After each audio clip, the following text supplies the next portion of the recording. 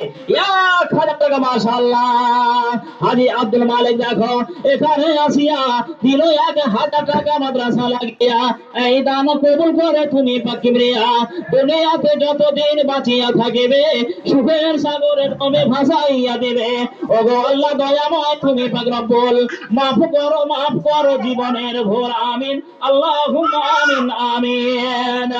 রিজিয়া বিবি দেখো আরে হইতে 500 টাকা হলো মাদ্রাসার সানেতে। এই দান কবুল করো তুমি পাক যাতে। আমিন আল্লাহুম্মা আমিন।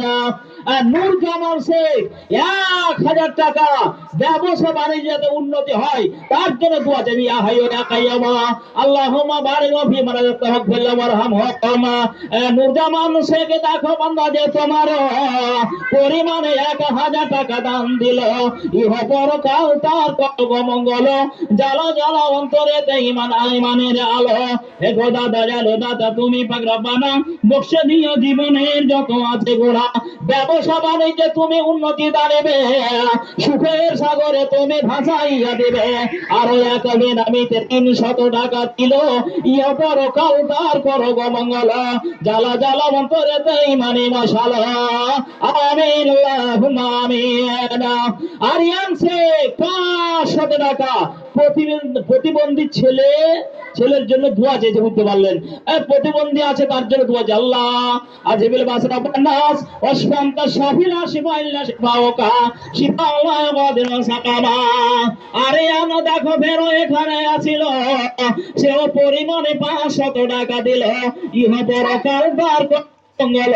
জ্বালা জ্বালা অন্তরে ইমানে মশালা। আমিন আল্লাহুম্মা আমিন আমিন। আরো এক বেনামিতে 500 টাকা। বুঝা গেল ইমান তার আছে বড্ড পাকা।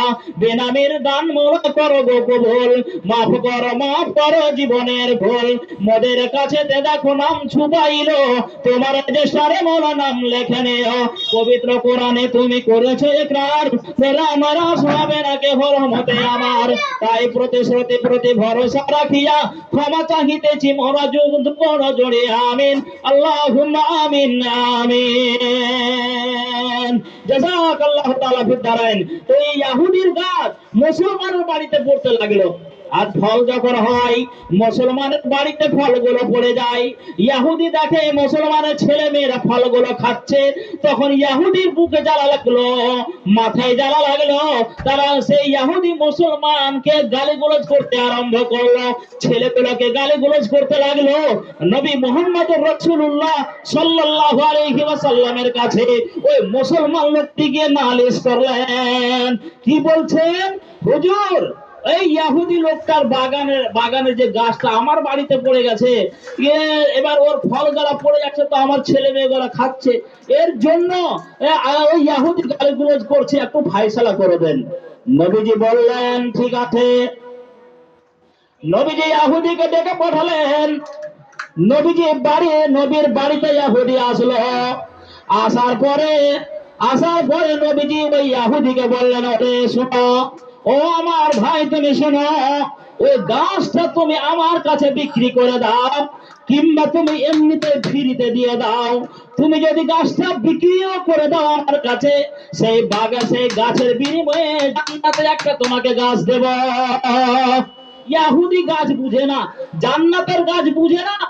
ইহুদি বলে না, হবে না, আমি জান্নাতে দিয়ে গাছ দিতে, আমি জান্নাতের গাছ নিব না আর আমার গাছ দেব না।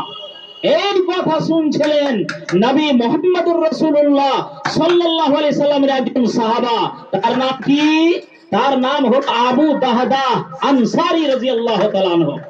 আবু দাহদা। তো আবু দাহদা আনসারী যখন শুনতে পেলেন যে নবীজি একটা জান্নাতে গাছ দেবেন এই গাছের বিনিময়ে, তো দেখা যাক ইহুদিকে ফুসলাইতে পারা যায় কিনা, কোন রকম মানিয়ে নিতে পারা যায় কিনা। ইহুদির বাড়ি আবু দাহদা গেলেন। আবু দাহদা ইহুদির বাড়ি গিয়ে ইহুদিকে বলছে, ভাই শোনো, ও আমার ভাই তুমি শোনো, আমার একটা বাগান আছে, বিরাট বড় বাগান আছে। সে বাগানে 600টি গাছ আছে, আর ওই বাগানের ভিতরে একটা আমার অট্টালিকা আছে। বিশাল আকারের একটা বাড়ি আছে। তুমি যদি ওই গাছটা আমাকে দিয়ে দাও, ওই যে মুসলমানের বাড়ির পাশে যে গাছটা, ওই গাছটা যদি তুমি আমাকে দিয়ে দাও, তবে ও আমার ভাই আমার গোটা বাগানটা এবং তার সাথে সাথে আমার বাড়িটাও তোমাকে দিয়ে দেব। কিসের বদলে? মাত্র একটি গাছের বিনিময়ে, একটি গাছের বদলে তোমাকে গোটা বাগান দেব এবং তার সাথে সাথে যে বাড়িটা আছে বাড়িটাও দিয়ে দিব। ইয়াহুদি লোভে পড়লো, বুঝতে পারলেন? ইয়াহুদি লোভে পড়ে গেল যে বাপরে এত গাছ, হ্যাঁ এত গাছ আছে, আমার বাড়িও পাবো মাত্র একটা গাছে। কিন্তু ইয়াহুদি জানে না এই গাছটার বিনিময়ে আবু দাদা তিনি জান্নাতে একটা গাছ লাভ করবেন। বুঝতে পারলেন? তো